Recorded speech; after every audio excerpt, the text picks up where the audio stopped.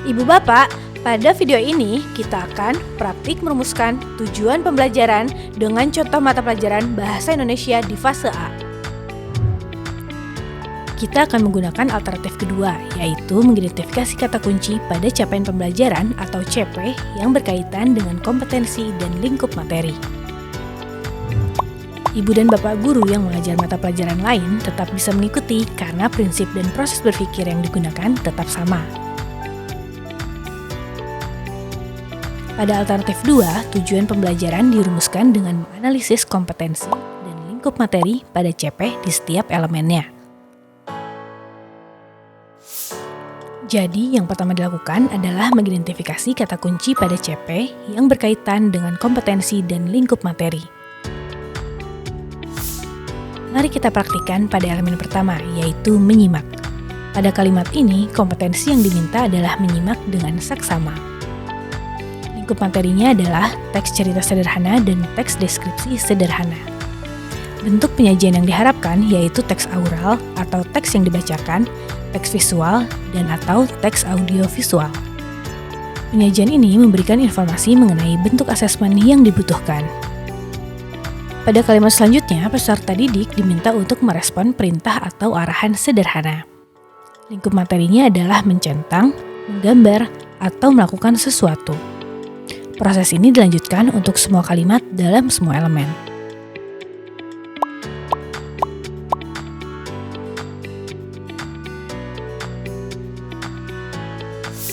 Langkah kedua adalah mengelompokkan hasil identifikasi. Kita kelompokkan kompetensi dan ruang lingkupnya. Untuk mempermudah analisis, hasil identifikasi ini bisa kita tuangkan dalam tabel seperti contoh berikut. Contohnya pada elemen menyimak. Setelah kita kelompokkan kompetensi dan ruang lingkupnya, didapat dua macam kelompok kompetensi dan ruang lingkup. Sebelum menentukan tujuan pembelajaran, Ibu Bapak harus memahami bahwa secara operasional komponen tujuan pembelajaran dapat memuat 3 aspek, yaitu 1. Kompetensi, yaitu kemampuan yang dapat didemonstrasikan oleh peserta didik atau diaktualisasikan dalam bentuk produk atau kinerja yang menunjukkan peserta didik telah berhasil mencapai tujuan pembelajaran.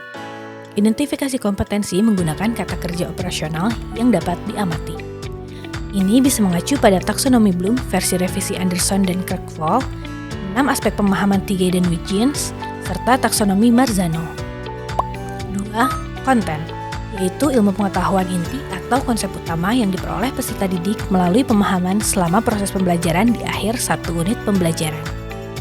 3. Variasi, di mana dalam pendidikan khusus, variasi yang dimaksud adalah strategi menyampaikan materi dan penggunaan media yang menunjang agar tujuan pembelajaran tercapai.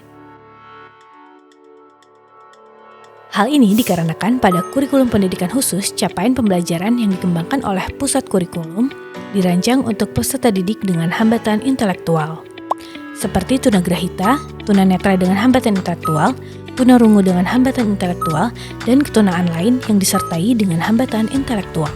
Karena kurikulum ini akan digunakan pada semua kekhususan, maka variasi ini menjadi penting karena tiap kekhususan memiliki karakteristik masing-masing. Contoh tujuan pembelajaran bagi peserta didik tunagrahita dengan memuat 3 aspek yang telah dijelaskan, yaitu peserta didik mengenali informasi dari teks petunjuk atau arahan sederhana tentang penggunaan obat melalui tayangan infografis atau poster petunjuk sederhana penggunaan obat. Bapak Ibu perhatikan highlight warna pada tulisan menerangkan bahwa warna kuning adalah kompetensi, yaitu menemu kenali. Warna hijau adalah konten yang dipelajari, yaitu teks petunjuk atau arahan sederhana tentang penggunaan obat. Dan warna biru adalah variasi, yaitu menggunakan tayangan infografis mengenai petunjuk sederhana obat. Nah, sekarang mari kita rumuskan tujuan pembelajaran Bahasa Indonesia dengan memperhatikan 3 aspek kompetensi, konten, dan variasi dengan mempertimbangkan kekhususan peserta didik. Misalnya, untuk kelompok kalimat pada capaian pembelajaran yang pertama pada elemen menyimak, maka tujuan pembelajarannya bisa kita kelompokkan menjadi 3 tujuan pembelajaran agar lebih jelas dan terarah penggunaannya. Untuk TP pertama merupakan TP untuk peserta didik tunanetra, dan TP kedua ditujukan untuk peserta didik tunarungu. Sedangkan untuk TP ketiga ditujukan untuk peserta didik tunagrahita, autis, dan tunadaksa. Sekarang kita perhatikan kembali kelompok pada CP kedua pada elemen menyimak.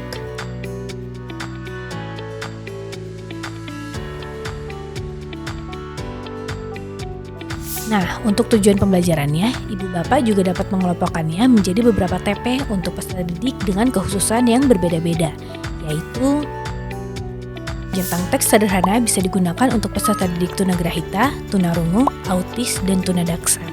Sedangkan membuat gambar yang sesuai dengan arahan bisa digunakan untuk peserta didik tunagrahita, tunarungu, autis, dan tunadaksa.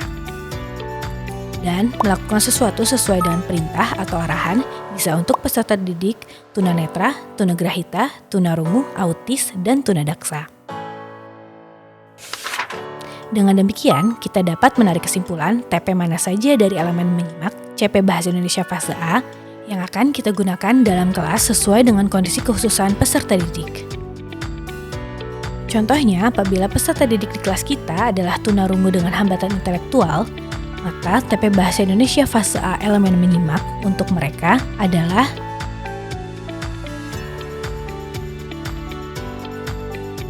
begitu pula untuk peserta didik dengan kekhususan lainnya. Ibu Bapak dapat menentukan TP yang akan digunakan sesuai dengan kekhususan mereka berdasarkan pengelompokan TP yang telah disusun dengan mempertimbangkan kompetensi, konten, dan variasi yang sesuai dengan karakteristik peserta didik. Selanjutnya, Ibu Bapak bisa meneruskan untuk menentukan tujuan pembelajaran berdasarkan pengelompokan kompetensi dan ruang lingkup pada elemen CP Bahasa Indonesia fase A lainnya. Nah, Ibu Bapak, itulah tutorial cara untuk merumuskan tujuan pembelajaran dengan alternatif kedua. Mudah kan? Langkahnya ada 3, yaitu 1. Mengidentifikasi kata kunci pada capaian pembelajaran. 2. Mengelompokkan hasil identifikasi sesuai kompetensi dan lingkup materinya.